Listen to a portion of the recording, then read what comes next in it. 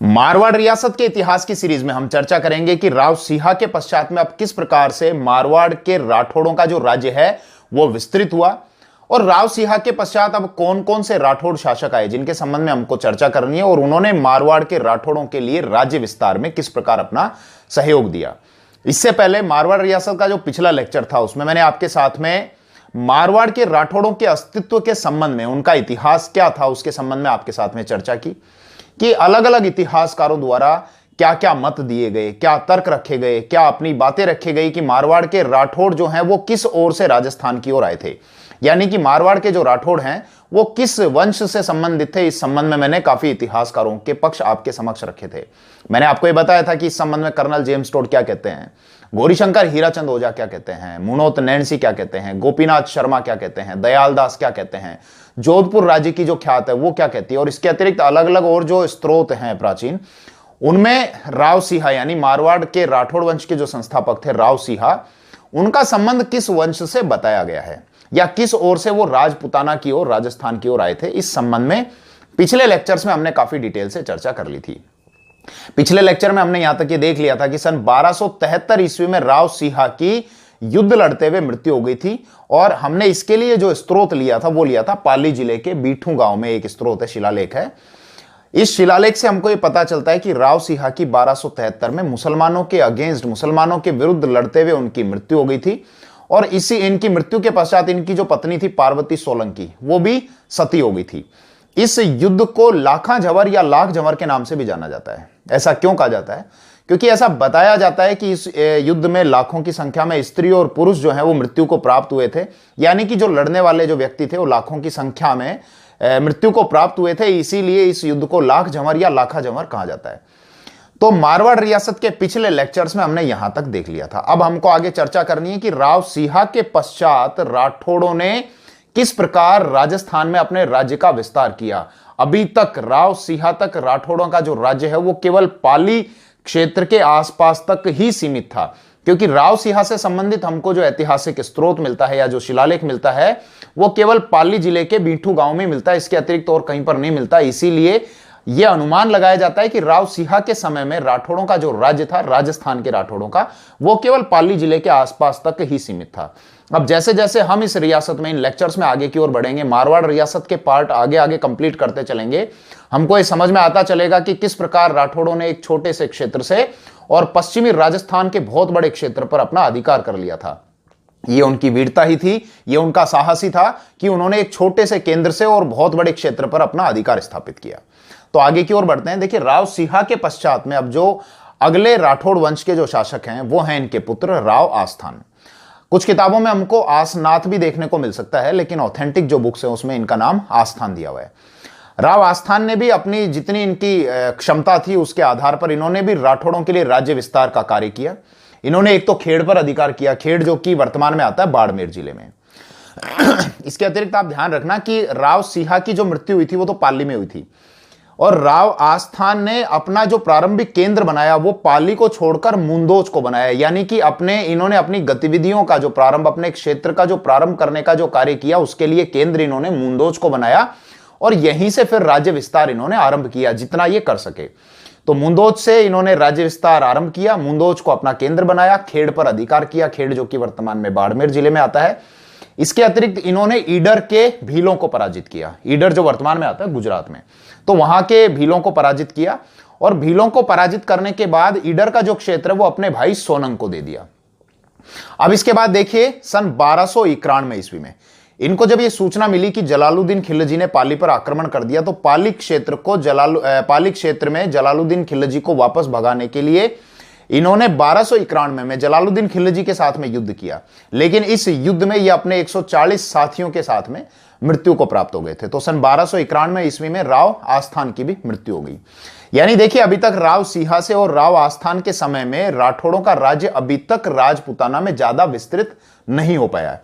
अब इसके बाद भी कुछ और शासक हुए, जैसे धूहड़ हुए, राव धूहड़ को हम केवल इसलिए ध्यान रख सकते हैं कि इन्होंने राठौड़ों की जो कुलदेवी है नागनेची माता या नागनेचिया माता जिनको कहा जाता है, जिनका जो प्रमुख मंदिर है वो बाड़मेर के पचपदरा तहसील में आता है। नागाना गांव है, नागाना गांव में आता है, बाड़मेर के पचपदरा में। तो राव धूहड़ के द्वारा ही यहां पर राठौड़ों की कुल देवी नागनेची माता का मंदिर यानी कि मूर्ति स्थापित कराई गई थी। और ऐसा बताया जाता है कि राव धूहड़ के द्वारा नागनेची माता की ये जो मूर्ति है ये दक्षिण भारत कर्नाटक से लाकर और यहां पर स्थापित कराई गई थी। अब ये बात तो हमने पिछले लेक्चर्स में भी समझी थी कि राठौड़ों को जो है वो राष्ट्रकूटों का ही वंशज बताया जाता है, कि राठौड़ जो शासक थे वो राष्ट्रकूटों से ही निकल कर आए थे, और राष्ट्रकूटों का जो राज्य था, जो उनका शासन हुआ करता था, वो दक्षिण भारत के बड़े क्षेत्र पर हुआ करता था। इसलिए अगर राव धूहड़ दक्षिण भारत की ओर गए और कर्नाटक से अपनी कुल देवी चक्रेश्वरी माता, जिनका नाम था चक्रेश्वरी माता, उनको लाकर और फिर बाड़मेर के पचपदरा में उनको स्थापित कराया, जिनको नागनेची माता के नाम से जाना गया, तो यहां से भी ये बात हमारे समक्ष निकल कर आती है कि राठौड़ जो हैं वो राष्ट्रकूटों से निकल कर आए हैं, यानी राठौड़ राजवंश राष्ट्रकूटों से संबंधित है। इसके अतिरिक्त देखिए, राव धूहड़ ने कुछ समय के लिए मंडोर पर भी अधिकार कर लिया था। मंडोर जो है उस समय मारवाड़ का केंद्रीय भाग होता था, और मंडोर पर अधिकार करना इतना आवश्यक था कि यदि राठौड़ों को अपने राज्य का विस्तार करना है, वर्तमान में तो मंडोर आता है जोधपुर में, तो राठौड़ों के लिए इतना जरूरी था मंडोर कि यदि उनको मारवाड़ में अपने राज्य का विस्तार करना है तो मंडोर उनके लिए एक अहम केंद्र के रूप में हो सकता था। तो राव धूहड़ ने मंडोर पर अधिकार तो कर लिया था, लेकिन ज्यादा समय तक वो मंडोर पर अपना अधिकार नहीं बनाए रख सके। अब राव धूहड़ के पश्चात और भी शासक थे जिनके विषय में हमको ज्यादा सामग्री उपलब्ध नहीं हो पाती है, ज्यादा हमको जानकारी उपलब्ध नहीं हो पाती है, जैसे राव रायपाल या कनेपाल, जालजसी, हाड़ा, टोडा, छाड़ा, तीड़ा। तो इनके बारे में कुछ इंपॉर्टेंट बातें भी नहीं है और जानकारी भी उपलब्ध नहीं हो पाती है, इसलिए कॉम्पिटिटिव एग्जाम्स के हिसाब से भी ये इंपॉर्टेंट नहीं होते हैं। आप ये ध्यान रख सकते हैं कि इसी वंश में थे राव मल्लीनाथ, जिन्होंने बाड़मेर के क्षेत्र को अपना केंद्र बनाया था, और बाड़मेर का जो मालानी क्षेत्र है वो इन्हीं के नाम से जाना जाता है। मल्लीनाथ के नाम से ही बाड़मेर के क्षेत्र का नाम मालानी क्षेत्र पड़ा था। अब इसी वंश में हम आगे बढ़ते हैं और हम अब चर्चा करते हैं राव चूड़ा के बारे में, क्योंकि अब देखिए, राव चूड़ा वो व्यक्ति हैं जिन्होंने मारवाड़ के राठौड़ों के लिए अपना राज्य विस्तारित करना आरंभ किया, और राव चूड़ा के पश्चात अब इनके जो वंशज रहेंगे उनके लिए राव चूड़ा ने एक अच्छा प्लेटफॉर्म उपलब्ध करा दिया था। इसलिए राव चूड़ा के बारे में हमको पढ़ना पड़ेगा। राव चूड़ा से संबंधित हम जिन बातों को पढ़ेंगे एक बार उनको मोटे मोटे तौर पर बता देता हूं, फिर इनके बारे में विस्तृत चर्चा करेंगे। एक तो हम चर्चा करने वाले हैं कि इन्होंने मंडोर पर अधिकार किया। मंडोर हालांकि राठौड़ों को दहेज में मिला था, जैसा बताया जाता है इतिहास में। इसके अतिरिक्त इन्होंने मंडोर प्राप्ति के बाद राठौड़ों के लिए, मारवाड़ के राठौड़ों के लिए राज्य को विस्तारित करना आरंभ किया। उसके बाद फिर इन्होंने अंत में इन्होंने गलती भी क्या कर दी कि अपने छोटे पुत्र को बड़े पुत्र के स्थान पर, इनके बड़े पुत्र थे रणमल राठौड़ और छोटे पुत्र थे राव काना, तो रणमल राठौड़ के स्थान पर अपने छोटे पुत्र राव काना को उत्तराधिकारी घोषित कर दिया, जिसके कारण मारवाड़ में गृह युद्ध की स्थिति भी उत्पन्न हो गई थी। यानी इन सब विषयों पर हम चर्चा करने वाले हैं। तो राव चूड़ा पर हम अपना ध्यान केंद्रित करते हैं। देखिए, राव चूड़ा की आयु मात्र 6 वर्ष थी जब इनके पिता का निधन हो गया था। इनके पिता थे वीरमदेव, और राव चूड़ा जो हैं ये वीरमदेव की दूसरी संतान थे। तो अपने पिता की मृत्यु के समय ये मात्र 6 वर्ष के थे, और उस समय देखिए मारवाड़ की जो स्थिति थी, मारवाड़ के चारों ओर की जो स्थिति थी वो किस प्रकार से थी, ये तो हमको पता है कि राव सिंह जब राजस्थान की ओर आए तो उस समय राठौड़ों का राज्य विस्तृत नहीं था। राव सिंह और राव सिंह के पश्चात अब जितने भी शासक थे वो सब राठौड़ों का राज्य विस्तारित करने के लिए संघर्ष कर रहे थे, प्रयास कर रहे थे। उनको अपना राज्य विस्तार करने के लिए किन लोगों से संघर्ष करना पड़ रहा था? आसपास के, मारवाड़ के आसपास के जो शासक थे उनसे ही तो संघर्ष करना पड़ रहा था। यानी किन शासकों से, किन राजवंशों से? भाटियों से संघर्ष करना पड़ रहा था, सांखला राजपूतों से संघर्ष करना पड़ रहा था, चौहानों से संघर्ष करना पड़ रहा था, तुर्कों से संघर्ष करना पड़ रहा था। यानी कि अभी तक इनका राज्य विस्तारित भी नहीं हो पाया और आसपास में काफी शत्रु उत्पन्न हो गए थे। इसीलिए जब राव चूड़ा के पिता की मृत्यु हुई वीरमदेव की, तो उस समय मात्र राव चूड़ा की आयु थी 6 वर्ष। अब 6 वर्ष के ये थे और आसपास में चारों ओर इनके शत्रु थे। इसीलिए अब इनकी माता को चिंता होने लगी कि कहीं कोई शत्रु इनके प्राणों को ना हर ले, इनको मार ना दे। इसीलिए राव चूड़ा की माता ने इनके पालन पोषण के लिए इनको कलाऊ भेज दिया, और कलाऊ में आलाचारण के पास में इनको रखा गया। यानी कि बचपन में इनका पालन पोषण किया आलाचारण ने, जो कि कलाऊ के थे। बाद में फिर आलाचारण के पास से इनको भेज दिया गया इनके चाचा के पास में, जो कि बाड़मेर में थे राव मल्लीनाथ। तो पहले तो कलाऊ के आलाचारण ने इनका पालन पोषण किया, इनके संरक्षक के तौर पर कार्य किया। फिर आलाचारण के पश्चात इनके जो चाचा थे राव मल्लीनाथ, उन्होंने इनके संरक्षक के तौर पर कार्य किया, इनका पालन पोषण किया। और जैसे जैसे जैसे राव चूड़ा बड़े होने लगे तो इनमें जो योग्यताएं थी, इनमें जो शस्त्र चलाने की जो विद्या इन्होंने सीखी, तो इनकी योग्यताओं से प्रभावित होकर राव मल्लीनाथ ने इनको एक जागीर दे दी जिसका नाम था सालोडी गांव। तो सालोडी गांव की जागीर इनको दे दी गई। अब देखिए, इसके बाद राव चूड़ा ने अपने क्षेत्रों को बढ़ाना शुरू किया, यानी कि गांव पर आक्रमण करने शुरू किए और उनको अपने अधिकार में लेना शुरू किया। लेकिन फिर भी अगर राठौड़ों के लिए अभी राज्य का विस्तार करना था, मारवाड़ रियासत को अगर बढ़ाना था, बड़े क्षेत्रों को अपने अधिकार में लाना था, तो इसके लिए राव चूड़ा को अपने सहयोगी भी चाहिए थे, इनको अपनी सैन्य शक्ति भी बढ़ानी थी। और इसके अतिरिक्त उस समय मारवाड़ का जो केंद्रीय भाग हुआ करता था, सेंट्रल जो पार्ट हुआ करता था, वो था मंडोर, जो कि वर्तमान में आता है जोधपुर में, जो कि राठौड़ों की राजधानी भी रही है जोधपुर से पहले, राव जोधा से पहले। तो मंडोर पर भी अधिकार करना जरूरी था। तो देखिए, अब राव चूड़ा को एक तो इंदा परिहारों की जो शाखा थी, इंदा परिहार जो शासक थे, राजपूत थे, इंदा परिहारों का संरक्षण इनको मिल गया एक तो राव चूड़ा को। इसके अतिरिक्त इन्होंने अपनी सैन्य शक्ति भी बढ़ाई। किस प्रकार से, कि ऐसा बताया जाता है कि एक अरब व्यापारी, घोड़ों का एक अरब व्यापारी मारवाड़ की ओर से जा रहा था, तो राव चूड़ा ने उस पर आक्रमण करके उसके जो घोड़े थे, अरबी घोड़े जो कि अच्छी नस्ल के माने जाते हैं, वो घोड़े छीन लिए थे। तो अपनी सेना में घोड़ों की संख्या में भी वृद्धि कर ली। इसके अतिरिक्त इंदा परिहारों की जो शाखा थी, उनका भी इनको संरक्षण मिल गया। अब इसके बाद मंडोर पर अधिकार कैसे किया जाए, तो देखिए, ये भी इसी फिराक में थे और इंदा परिहार भी मंडोर पर अधिकार करने की फिराक में थे। कहानी क्या है कि पहले मंडोर पर इंदा परिहारों का शासन हुआ करता था, लेकिन मालवा के जो सूबेदार थे, मांडू या मालवा के सूबेदार, उन्होंने मंडोर पर अधिकार कर लिया था। मंडोर जो है वो छीन लिया था इंदा परिहारों से। लेकिन अब इंदा परिहार इस फिराक में थे, इस कोशिश में थे कि किसी प्रकार मंडोर उनके हाथ में आ जाए। और यहां पर राव चूड़ा ने भी इंदा परिहारों की सहायता की मंडोर की प्राप्ति के लिए। तो अवसर क्या मिला कि मंडोर में एक बार पशुओं के लिए घास की, चारे की आवश्यकता थी। तो वो चारा किन से मंगाया गया, मंडोर के जो सूबेदार थे, यानी कि मालवा और मांडू के जो सूबेदार थे, जिनका मंडोर पर अधिकार था। तो मंडोर पर जिन लोगों का, जिन शासकों का, जिन सूबेदारों का अधिकार था, उन्होंने मंडोर के अंदर पशुओं के लिए घास और चारे मंगवाए। और किन से मंगवा लिए, इंदा परिहारों से मंगवा लिए। तो यहां पर देखिए, इंदा परिहारों ने और राव चूड़ा ने मिलकर क्या किया कि जो गाड़ियां, जो भी बैलगाड़ियां वगैरह थी, जो चारा लेकर जाने वाली थी मंडोर के दुर्ग में, उनमें घास के अंदर सैनिकों को छिपा दिया। और वो सैनिक जो हैं शस्त्रों के साथ में घास के अंदर बैठ गए।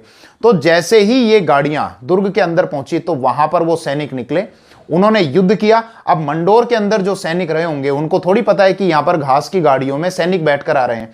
तो इसी के कारण वो अलर्ट नहीं थे और यहां पर मंडोर पर पुनः अधिकार कर लिया गया। और मंडोर जो है वो इंदा परिहारों का वापस से मंडोर पर अधिकार हो गया। ठीक है भैया। अब इसके बाद देखिए, इंदा परिहारों को यह चिंता जरूर सताने लगी कि अभी तो उन्होंने मंडोर पर अधिकार कर लिया, लेकिन वो शक्तियां जिनसे उन्होंने मंडोर छीना है, वो इसी फिराक में तो होंगी कि वापस मंडोर को अपने अधिकार में ले लिया जाए। इसीलिए इंदा परिहारों ने क्या किया, राव चूड़ा से सहायता मांगी। राव चूड़ा से यह कहा कि हम आपको मंडोर दे देते हैं, बस यह है कि 84 हमारे जो गांव हैं, हमारे 84 गांवों में आप कभी भी हस्तक्षेप नहीं करेंगे, इंटरफेयर नहीं करेंगे। और राव चूड़ा से इंदा परिहारों ने यह वचन लेकर और मंडोर उनको दे दिया। मंडोर देने के पीछे यह बताया जाता है कि इंदा परिहार शासकों के जो नेता थे, उन्होंने क्या किया, अपनी पुत्री का विवाह राव चूड़ा के साथ में कर दिया। और राव चूड़ा के साथ विवाह करने के साथ साथ अपनी जो राजधानी थी, जो मंडोर था, मंडोर का दुर्ग राठौड़ों को दहेज में दे दिया। देखिए, यहां कुछ किताबों में आपको परिहारों की जगह प्रतिहार भी मिल सकते हैं, लेकिन मैं जो भी आपको बात बता रहा हूं वो ऑथेंटिक बुक्स के आधार पर बता रहा हूं, राजस्थान का इतिहास गोपीनाथ शर्मा के अनुसार। तो यहां पर इंदा परिहार शासक के जो नेता थे, इंदा परिहारों के जो नेता थे, उन्होंने राव चूड़ा के साथ में अपनी पुत्री का विवाह करके और मंडोर जो है वो राठौड़ों को दहेज में दे दिया। यहां पर एक कहावत भी बताई जाती है, कुछ लाइन भी बताई जाती हैं कि ईदारो उपकार कामदाज मत भूल कदे, चूड़ो चवरी चाड़ री मंडावर दाइजे। यानी कि मंडोर जो है वो राठौड़ों को यहां पर दहेज के रूप में दे दिया गया। अब यहां आप जरा गौर करना एक बार कि इंदा परिहारों ने राव चूड़ा से यह वचन मांगा, यह वचन लिया कि आप हमारे 84 गांवों में हस्तक्षेप नहीं करेंगे। इसका मतलब क्या हुआ कि राव चूड़ा ने इंदा परिहारों के लिए एक संरक्षक का काम किया। तो ध्यान देना इस बात पर, भाई राव चूड़ा उनके 84 गांवों में हस्तक्षेप नहीं करेंगे और अगर दूसरा कोई आक्रांता आएगा तो उससे भी तो सहायता करेंगे। इसका मतलब यहां पर राठौड़ों ने, राव चूड़ा ने इंदा परिहारों को अपना सामंत बनाया। तो मारवाड़ में सबसे पहले सामंत प्रथा की जो शुरुआत हुई थी वो राव चूड़ा के समय में हुई थी, और ये सबसे ज्यादा इसका जो विकास हुआ, सबसे ज्यादा ये प्रथा जो फैली वो राव जोधा के समय में फैली थी। तो ध्यान रखना, कई बार पूछ लिया जाता है कि मारवाड़ में सामंत प्रथा की शुरुआत किसके शासनकाल में हुई थी? राव चूड़ा के समय में। और सबसे ज्यादा इसका विस्तार किसके शासनकाल में हुआ था? राव जोधा के समय में हुआ था। तो सामंत प्रथा का, मारवाड़ में सामंत प्रथा का की शुरुआत करने वाले तो कहे जाते हैं राव चूड़ा, जबकि वास्तविक संस्थापक, सामंत प्रथा का वास्तविक संस्थापक कहा जाता है राव जोधा को। ठीक है, अब थोड़ा सा हम और आगे की ओर बढ़ते हैं। अब देखिए, मंडोर पर राव चूड़ा का अधिकार तो हो गया, इसका मतलब मारवाड़ का जो केंद्रीय भाग है, जो सेंट्रल पॉइंट है, वो तो राव चूड़ा के अधिकार में आ गया। अब इसके बाद राव चूड़ा के लिए स्ट्रेटेजिकली एक अच्छी जगह उनके पास में है, तो अब वो आराम से अपने राज्य का विस्तार कर सकते हैं, क्योंकि अब उनके साथ में इंदा परिहारों का भी समर्थन है, उनकी सैन्य शक्ति भी पहले से ज्यादा है, उनके पास में मारवाड़ का केंद्रीय भाग भी है। इसीलिए अब राव चूड़ा ने आसपास के क्षेत्रों को जीतना शुरू किया। एक तो आक्रमण किया नाडोल, जो कि वर्तमान में आता है पाली जिले में, तो नाडोल पर आक्रमण किया। नाडोल उस समय चौहानों के अधिकार में हुआ करता था, तो राव चूड़ा ने एक तो चौहानों की शक्ति का दमन किया नाडोल में। इसके अतिरिक्त राव चूड़ा ने नागौर पर आक्रमण किया।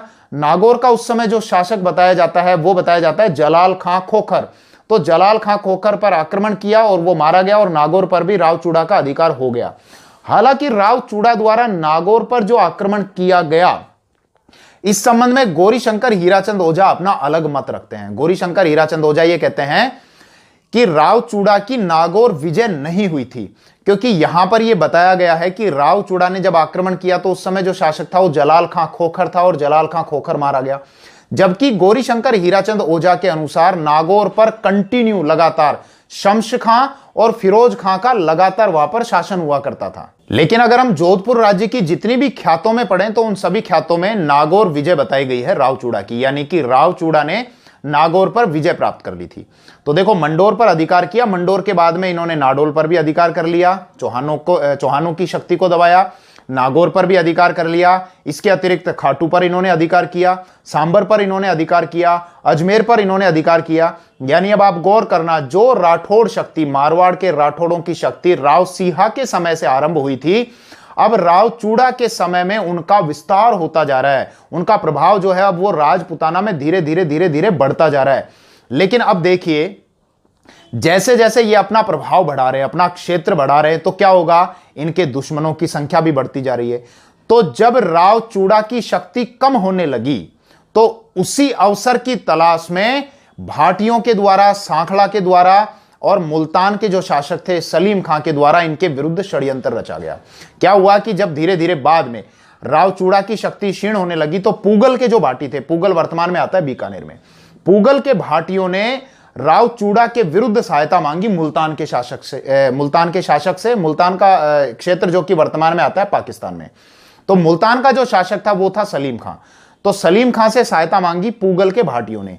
इसके अतिरिक्त जैसलमेर के जो भाटी थे वो भी इनके साथ में हो गए। जांगलू के जो सांखला थे, जांगलू या जांगल प्रदेश जिसको हम बीकानेर के नाम से जानते हैं, बीकानेर के आसपास का, तो वहां के जो सांखला शासक थे वो भी इनके साथ में हो गए। क्यों? वो सारे गुट क्यों बना रहे हैं राव चूड़ा के अगेंस्ट? सीधी सी बात है ना भैया, राव चूड़ा अपने राज्य का विस्तार कर रहे हैं, तो उन्होंने चौहानों का भी दमन किया है, उन्होंने भाटियों का भी दमन किया है। यानी कि जब वो आसपास अपना राज्य विस्तारित कर रहे हैं तो दूसरे शासकों के राज्यों में भी इंटरफेयर कर रहे हैं, इसीलिए अब ये लोग विरोधी होते चले गए। तो यहां पर पूगल के भाटी, मुल्तान के सलीम खां, इसके अतिरिक्त जैसलमेर के जो भाटी हैं वो, और जांगलू के सांखला, ये सभी एक हो गए। और इन्होंने क्या षड्यंत्र किया कि एक और तो राव चूड़ा के साथ में वार्तालाप जारी रखी, यानी कि ऊपर से तो यह दिखावा किया कि हम आपके साथ मेल जोल बढ़ाना चाहते हैं, हम आपके साथ में बातचीत रखना चाहते हैं, हम आपके साथ में अच्छे संबंध स्थापित करना चाहते हैं, और दूसरी ओर उनके मन में कुछ और चल रहा था। तो जब राव चूड़ा उनसे मिलने के लिए गए अपने कुछ साथियों के साथ में, अपने जो क्षेत्र था उस क्षेत्र से बाहर, जब इन लोगों के गुट से मिलने के लिए गए तो यहां पर इन सब ने मिलकर उन पर आक्रमण कर दिया। लेकिन फिर भी राव चूड़ा के जो साथी थे, जो इनके साथ में गए थे, उन्होंने बड़ी वीरता के साथ में इस गुट का मुकाबला किया। लेकिन फिर भी 15 मार्च सन 1423 ईस्वी को राव चूड़ा की मृत्यु हो गई। अब यहां पर देखिए, राव चूड़ा की जब मृत्यु हुई तो अपनी मृत्यु से पहले इन्होंने एक ऐसा डिसीजन ले लिया था जिसके कारण मारवाड़ रियासत में गृह युद्ध की संभावना बढ़ गई थी, गृह युद्ध की स्थिति उत्पन्न हो गई थी। गृह युद्ध यानी घर की लड़ाई। इन्होंने क्या किया था कि इनकी जो रानी थी किशोरी कंवर या किशोरी देवी, उनकी संतान थी कान्हा, तो किशोरी कंवर से या किशोरी देवी से ये प्रेम करते थे और इसीलिए इन्होंने किशोरी कंवर के प्रभाव में आकर अपने बड़े पुत्र रणमल राठौड़ को राज्य के अधिकार से वंचित कर दिया और रणमल राठौड़ के स्थान पर अपने छोटे पुत्र कान्हा को राज्य का उत्तराधिकारी घोषित कर दिया। अब इसके बाद मारवाड़ रियासत में आगे क्या हुआ, रणमल राठौड़ ने किस प्रकार से संघर्ष किया, कैसे वापस राज्य की प्राप्ति की, राज्य की प्राप्ति के लिए और राजनीतिक फायदे के लिए उन्होंने मेवाड़ से मेल मिलाप किस प्रकार बढ़ाया, मेवाड़ के जो शासक थे महाराणा लाखा, उनके साथ में अपनी बहन का विवाह किया ताकि मेवाड़ का सहयोग उनको मिल जाए। फिर बाद में रणमल राठौड़ ने किस प्रकार से मेवाड़ और मारवाड़ दोनों पर ही लगभग अपना राज्य चलाया और बाद में फिर अपनी राजनीतिक महत्वाकांक्षाओं का वो स्वयं शिकार हो गए और राजनीतिक महत्वाकांक्षाओं के कारण ही उनको मार दिया गया, रणमल राठौड़ को। तो ये सब चर्चा का विषय है, ये हम डिस्कशन करेंगे मारवाड़ रियासत के नेक्स्ट पार्ट में। धन्यवाद, थैंक यू।